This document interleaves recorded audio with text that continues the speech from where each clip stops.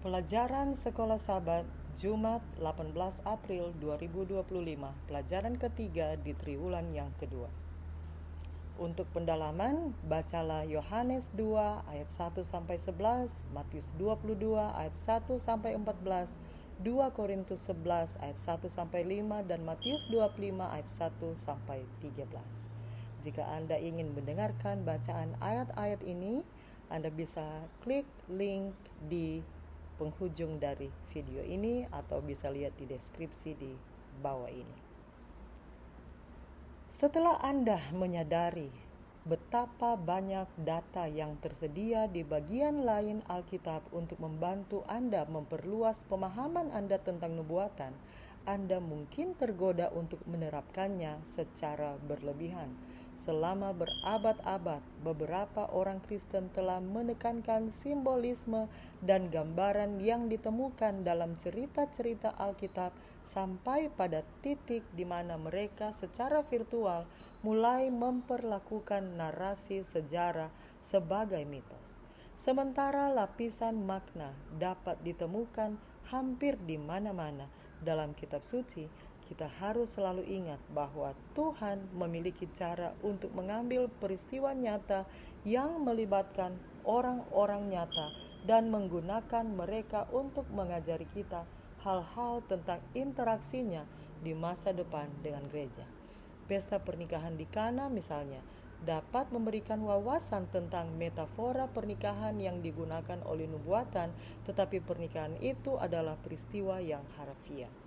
Firman Kristus mencukupkan persediaan untuk pesta itu.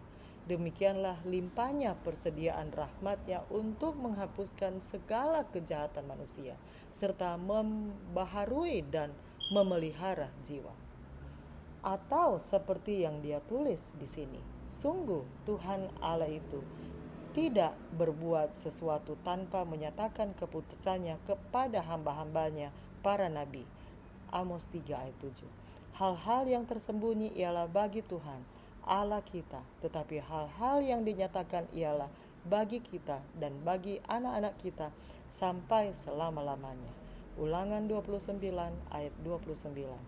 Allah telah memberikan perkara-perkara ini kepada kita, dan berkat-Nya akan menyertai orang yang dengan tekun dan setia mempelajari nubuatan-nubuatan kitab suci. Pertanyaan-pertanyaan untuk diskusi. Pertama, bacalah Yohanes 2 ayat 1 sampai 11. Ada banyak elemen dalam Injil Yohanes yang membayangkan pekerjaan Kristus di masa depan, dan para komentator telah memperhatikan cara yang disengaja di mana Yohanes menggerakkan para pembacanya maju ke salib, di mana Anda melihat sebagai aspek karakter Kristus dan kerajaan masa depan diperlihatkan dalam cara ini.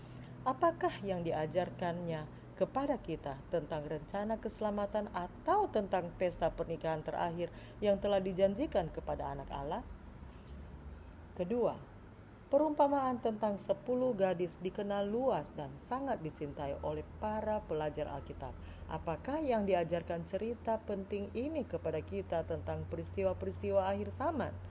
Apakah penting bahwa pengantin pria terlambat? Pelajaran apakah yang mungkin diajarkan perumpamaan ini tentang hubungan pribadi kita dengan Kristus versus cara Kristus berhubungan dengan gereja secara terpadu? Ketiga, yang terakhir, pikirkan tentang praktik-praktik tidak benar yang telah masuk ke dalam kekristenan dari luar. Selain yang sudah jelas hari Minggu berlawanan dengan Sabat Alkitabiah, kepercayaan-kepercayaan tidak benar apakah lagi yang sudah masuk? Bagaimanakah ajaran-ajaran itu masuk, dan apakah yang dapat kita lakukan tidak hanya untuk melindungi diri kita dari ajaran-ajaran tersebut, tetapi juga untuk membantu orang lain melihat apa mereka sebenarnya? Dengan cara apakah pekabaran 3 malaikat berusaha melakukan hal itu untuk membantu orang-orang melihat kepercayaan-kepercayaan salah yang telah masuk? Demikianlah bacaan pelajaran Sekolah Sabat Jumat 18 April 2025. Kita akan lanjutkan di bacaan pelajaran Sekolah Sabat hari berikutnya. Tuhan memberkati.